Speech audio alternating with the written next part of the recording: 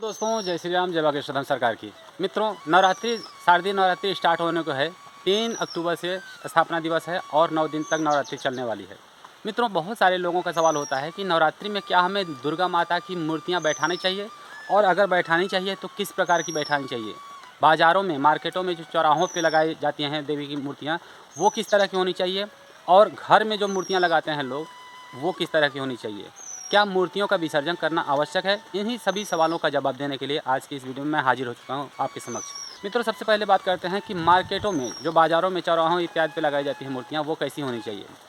मित्रों देखिए, आज के समय पहले के समय जैसा तो है नहीं कि सभी प्रहलाद हैं, सभी तुलसीदास रसखान ऐसे हैं कि मन में भक्ति है, मूर्तियों की आवश्यकता नहीं है। नहीं, आज का समय बदल चुका है। आज आपने देखा होगा कि रामायण और श्रीमद् भगवद गीता, यानी कि रामायण और महाभारत के ग्रंथ तो पहले से ही मौजूद थे, लेकिन लोग जब वीडियो फॉर्मेट में वही चीज़ लाई गई, अरे हाँ भैया, अरे भैया, जय श्री राम, जय माता दी, और लोगों के भाव उबल आते थे, लोग रोने लग जाते थे जब वीडियो फॉर्मेट में वही चीज़ देखे। रामायण तो बहुत पहले से ही उपलब्ध है, लेकिन कोई देख करके, पढ़ करके नहीं रो रहा था। लेकिन रामायण आने के बाद में लोगों के भाव प्रकट होने का, उबल करके सामने आने लगे। कृष्णा प्रेम सागर, या फिर कह दें कि जो है हमारा धर्म ग्रंथ पवित्र गीता, श्रीमद् भगवद गीता, गीता जी को जब महाभारत के फॉर्मेट में लाया गया तो लोगों के श्रद्धा उमड़ करके सामने आने लगे। यानी कि लोगों को वो चीज़ें चाहिए आज के समय में जो प्रत्यक्ष रूप में प्रमाणित हो, तभी लोगों का श्रद्धा भी बढ़ता है, उबाल मारता है। तो लोग केवल ऐसे ही अपनी भक्ति नहीं जागृत करते हैं, उन्हें दिखाना पड़ता है, उन्हें सुनाना पड़ता है। भाई देखिए, सही बात है, कुछ हद तक सही भी है, हमें एक केंद्र तो चाहिए होता है ना। केंद्र अगर हमें मिलता है, कोई आधार मिलता है, तभी हमारी भक्ति जगती है। जैसे कि अभी कोई भजन गा रहा हो, मैं उसको सुनता हूँ तो मुझे भी भाव आ जाता है, भाई ठीक है, मैं भी गुनगुनाने लगता हूँ या भगवान को प्रणाम कर लेता हूँ। मेरे सामने अभी कोई दुर्गा माता की मूर्ति आ जाए तो अचानक से मैं प्रणाम करने लगता हूँ। ये एक केंद्र है, एक दिमाग को केंद्रित करने का एक तरीका है। तो आज के समय में जितनी सुंदर से सुंदर और जितनी भव्य से भव्य, दिव्य से दिव्य मूर्तियाँ बना सकें, बनाइए, खरीदिए, उनको चौराहे पर लगाइए। लोगों की भक्ति है, भाव है, उनको देख करके ही अगर उबाल मारता है, उनकी भक्ति जगती है, तो क्या बुरा है इसमें।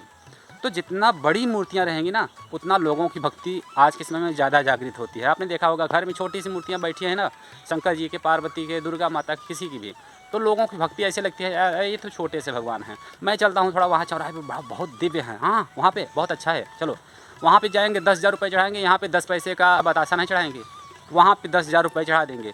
तो ये लोगों की भक्ति है, क्या करें। लेकिन ठीक है, कहीं से भी किसी भी प्रकार है तो सही, इसलिए भव्य से भव्य, दिव्य से दिव्य मूर्तियाँ लगानी चाहिए, इसमें कोई गलत बात नहीं है।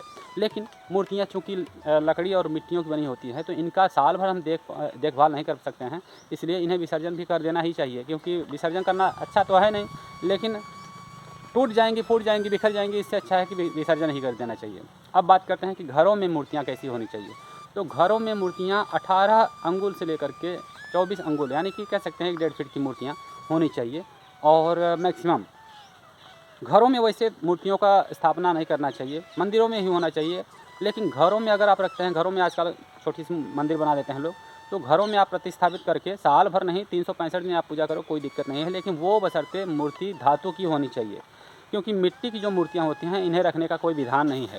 तो मिट्टी की मूर्तियों को विसर्जन कर देना चाहिए। और मैक्सिमम जो 18 कह सकते हैं कि मतलब 1.5 फीट की मूर्तियाँ रख सकते हैं घर में। और सुंदर से सुंदर मूर्तियाँ रखना चाहिए। मूर्तियाँ ऐसी नहीं होनी चाहिए जिनमें शेर उनका होता है, माता दुर्गा रानी का मुँह बाया हो, भयानक चेहरे वाला मूर्तियाँ, ऐसा नहीं रखना चाहिए। बहुत सौम्य और सुंदर मूर्तियाँ रखनी चाहिए। इसका वैज्ञानिक इफेक्ट भी आता है।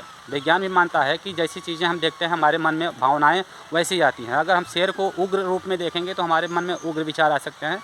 इसलिए वैज्ञानिक दृष्टिकोण से, आध्यात्मिक दृष्टिकोण से, दोनों दृष्टिकोण से मूर्तियों को सुंदर और सौम्य ही रखना चाहिए।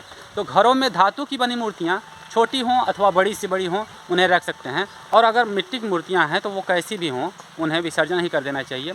अब विसर्जन कहाँ करना चाहिए, लोग आजकल विसर्जन भी गलत तरीके से करते हैं। कहीं भी ले जाकर के मूर्ति टेढ़ा मेढ़ा करके गिरा देते हैं, फेंक देते हैं, ये गलत है। हमें तब तो हमारी श्रद्धा इतनी प्रबल थी, माता रानी कर रहे थे, और चंद क्षण में माता रानी की श्रद्धा सारी खत्म हो जाती है। जब हम प्रवाहित करने उन्हें जल में जाते हैं, विसर्जन करने जाते हैं, तो ऐसे ही फेंक देते हैं। कहाँ गई, टूट करके, फूट करके, वो हम नहीं देख रहे हैं, बस फेंक के चले आए। तो इतनी कमज़ोर श्रद्धा नहीं होनी चाहिए, ये तो पाप हो गया ना। तो हमें मूर्तियों को सही ढंग से विसर्जन करना चाहिए। अगर नहीं कर पाते हैं तो आप छोटा सा खड्डा बनाइए और वहीं पे उस मिट्टी की मूर्ति को विसर्जन कर दीजिए। आजकल यही प्रचलन चल रहा है। और नहीं तो बड़े बड़े तालाब हैं, वहाँ पे आप विसर्जन कर सकते हैं। थोड़ा ढंग से विसर्जन करिए, माता रानी अगर मान रहे तो श्रद्धा भी तो इतनी मजबूत होनी चाहिए ना। तो चंद क्षण में लोगों की श्रद्धाएं बदल जाती हैं, ये गलत बात है। तो मित्रों, ये कुछ सवाल थे जो लोगों के मन में आते हैं, तो उनका ये जवाब रहा। बस आज की वीडियो में इतना ही, मिलते हैं अगले वीडियो में। जय श्री राम, जय बागेश्वर धाम सरकार की, हर हर महादेव।